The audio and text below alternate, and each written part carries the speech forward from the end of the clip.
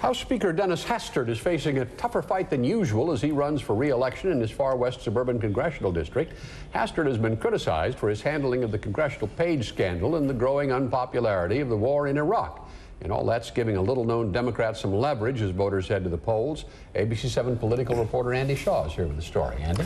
Ron and Cheryl, Democrat John Lash, a carpenter by trade who's never run for anything before and got into the race because he vehemently opposes the war in Iraq, actually predicts that he can pull off the upset of the year by defeating the Speaker of the House, Republican Dennis Hastert, one of the most powerful men in Washington and a local icon in the far west suburban 14th district.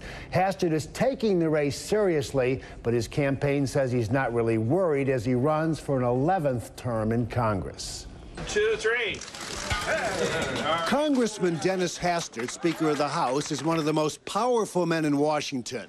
But here in the far west suburban 14th congressional district, the former high school teacher is known as Denny, or Coach, a local guy who's been bringing home the bacon like this new federally funded bridge in St. Charles for the past 20 years. When people come together, local, state, and federal, you can do great things. A lot of times people ask, why does a 32-year-old carpenter want to run for U.S. Congress? But this year, a relatively unknown Democrat, former missionary and naval intelligence officer John Lash of far west suburban Newark, is making it a race, calling for Hastert's resignation over the congressional page scandal and blaming Hastert for the escalating violence in Iraq, where Lash's brother is serving in the armed forces. Congress is supposed to declare war.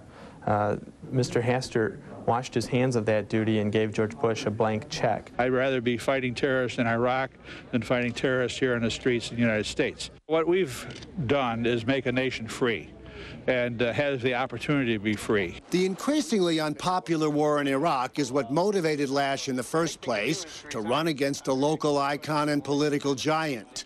But the congressional page scandal is giving him another issue, the allegation that Hastert covered up, for political reasons, former Republican Congressman Mark Foley's predatory behavior toward teenagers. Dennis Hastert did nothing. It's time to restore honesty and integrity to the U.S. House of Representatives. It's time for John Lash. I think people overall in America are tired of being lied to. Hastert's been saying repeatedly he only learned about Foley's dangerous behavior a few weeks ago and immediately ordered a House investigation.